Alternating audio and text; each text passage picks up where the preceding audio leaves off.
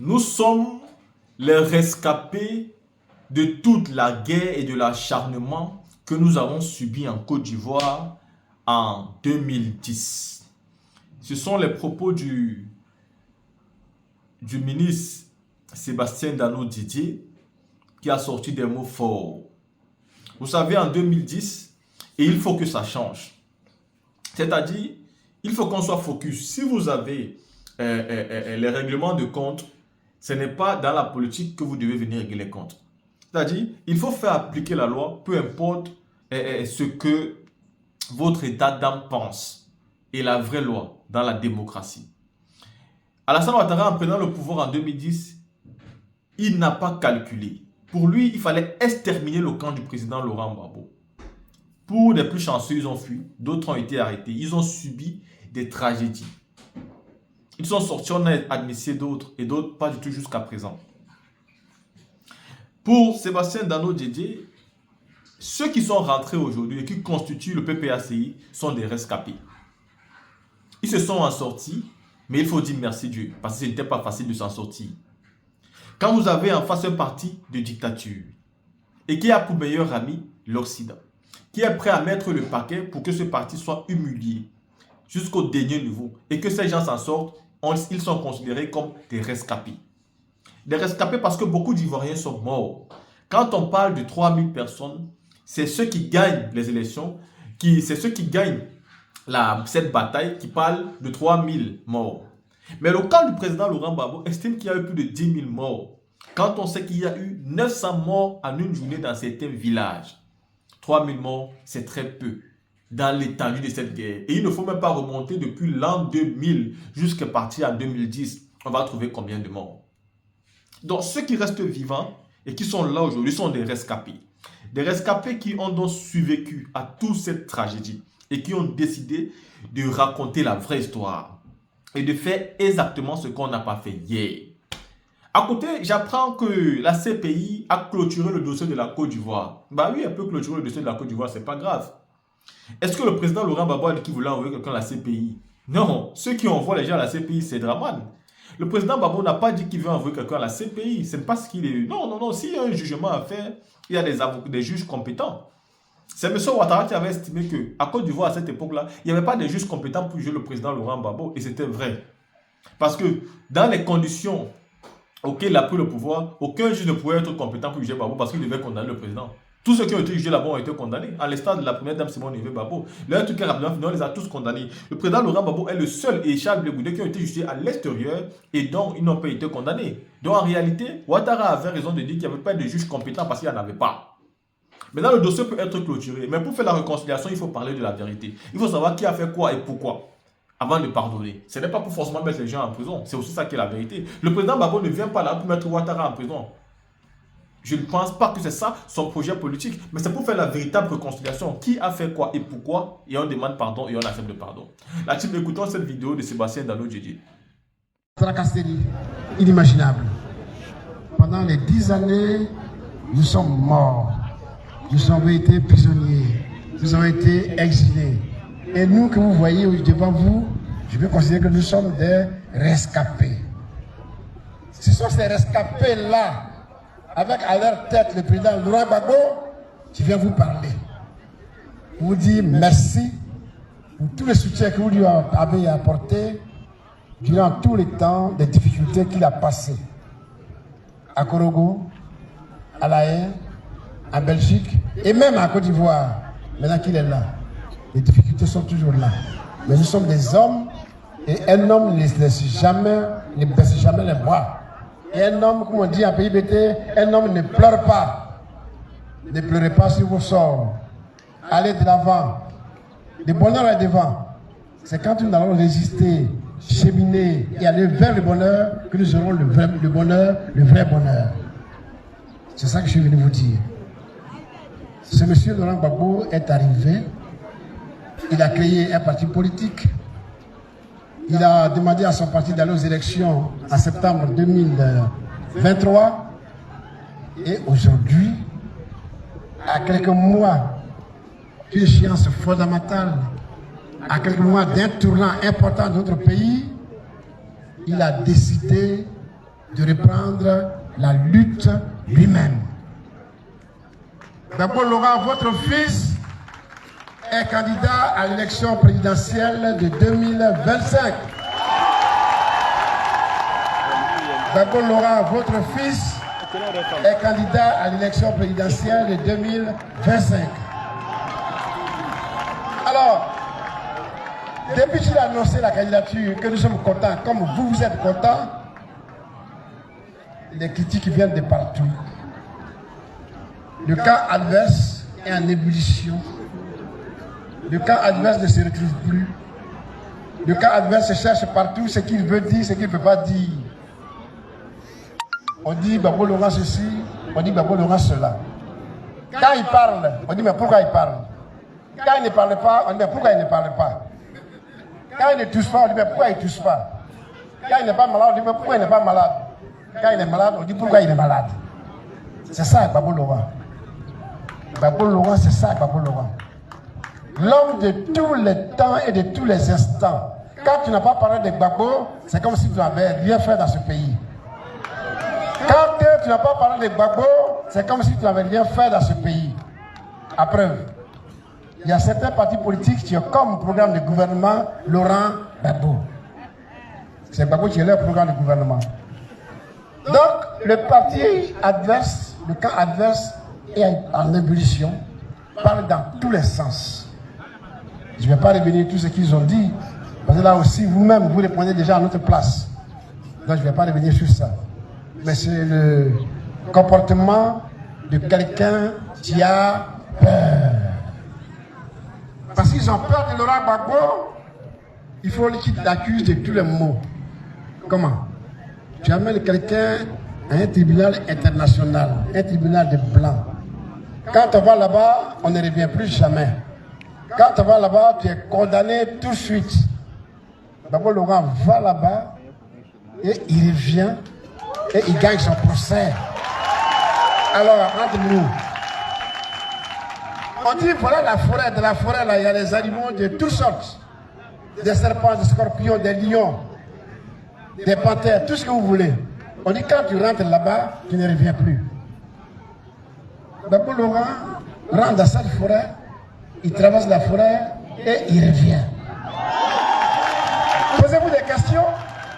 Comment un monsieur comme ça, là où on ne va pas, là, il va et puis il revient. Posez-vous des questions. Donc, si tu ne peux pas de questions à te poser, si tu n'as pas de réponse à ça, tais-toi. C'est plus simple. Tais-toi et on se portera mieux. Chers parents, ce que je suis venu vous dire, c'est que depuis quelques jours, j'attends des rumeurs. Certainement, vous tous, vous attendez des rumeurs. On dit, le 18 juin, le président Ouattara va parler. 18 juin. C'est pratiquement dans 8 jours, si la date est respectée. Bon, le président va parler. Comme dirait l'autre, nous sommes accrochés à ses lèvres. Je dis à partir d'ici, grands attraits, que le 18 mai, du 10 juin 2024, que le président Alassane Ouattara dise un mot, un seul mot, le mot qui apaise la Côte d'Ivoire, le mot qui apaise la Côte d'Ivoire, le mot qui soulage la Côte d'Ivoire. Ce mot n'est pas long, il n'est pas compliqué. Gbagbo Laurent est candidat à l'élection présidentielle. Le seul mot suffit pour apaiser la Côte d'Ivoire. Le seul mot suffit pour soulager la Côte d'Ivoire. Parce que si Gbagbo n'est pas candidat à l'élection présidentielle, si Gbagbo n'est pas inscrit sur la liste électorale, c'est bien parce que le président Ouattara ne veut pas qu'il soit inscrit. C'est parce que le président Ouattara ne veut pas qu'il soit candidat. C'est pour cela qu'on voit tout ça. Sinon, qu'est-ce qu'il a fait pour mériter ce sort? On dit, Gbagbo va aller à Korogo. On prend l'avion de Côte d'Ivoire, on l'amène à Korogo. On dit, Gbagbo va aller à La Haye. On prend l'avion présidentiel, on l'amène à La Haye. L'avion présidentiel, ça appartient bien au président Ouattara. Donc si Gbagbo est parti à La Haye, c'est parce que le président Ouattara veut qu'il parte à La Haye. Si Gbagbo est en procès à la haie, quand on fait le procès, Gbagbo est en train de plaider, le président Ouattara envoie des avocats à la haie pour défendre la Côte d'Ivoire, c'est-à-dire pour défendre lui, le président Ouattara. Il envoie des témoins qui sont au départ des témoins à charge, qui au fil du temps deviennent des témoins à décharge. Ça, c'est son œuvre, mais c'est son droit. Gbagbo est acquitté en 2019. Un premier acquittement. Il dit non, il est acquitté, mais il faut qu'on fasse appel. Par son acquittement là, nous on ne veut pas que ça soit comme ça. Il faut qu'il soit condamné, absolument. Donc bon, le procureur de la CPI, Bensouda, fait appel et la Côte d'Ivoire envoie un avocat pour soutenir l'appel interjeté. Malgré tout ça, Gbagbo est libéré totalement et il va rentrer en Côte d'Ivoire. Donc, je l'ai dit que c'est Ouattara qui doit dire un seul mot pour tout ça. Parce que si ça n'avait pas eu ça, on n'aurait pas eu ça. On dit Gbagbo est condamné en Côte d'Ivoire. Parce qu'on est en train de libérer à la CPI, il faut qu'on le condamne en Côte d'Ivoire. Pourquoi? Il a braqué la banque. Notre Gbagbo qu'on est là, on dit qu'il a braqué la banque, la BCAO. Bon, c'est votre affaire. Alors on va le juger. Mais qui va juger Laurent Gbagbo ici, à Côte d'Ivoire? Pour juger Laurent Gbagbo, il faut une cour spéciale. Ce n'est pas n'importe quel tribunal qui juge Gbagbo. Les gens qui l'ont jugé n'ont pas la compétence pour le juger. C'est donc un tribunal quelconque, un tribunal qui n'a pas la compétence, un tribunal qui n'a pas la capacité, qui a jugé Laurent Gbagbo. C'est donc un jugement que nous, on ne reconnaisse pas. Parce que ce n'est pas un jugement normal. Ce jugement ne doit pas juger, non, ce tribunal ne doit pas juger Laurent Gbagbo. Voilà pourquoi je dis encore que tout dépend de Ouattara. Mais malgré ça, Gbagbo lui-même a porté plainte auprès de la Cour africaine des droits de l'homme. Il a gagné ce procès.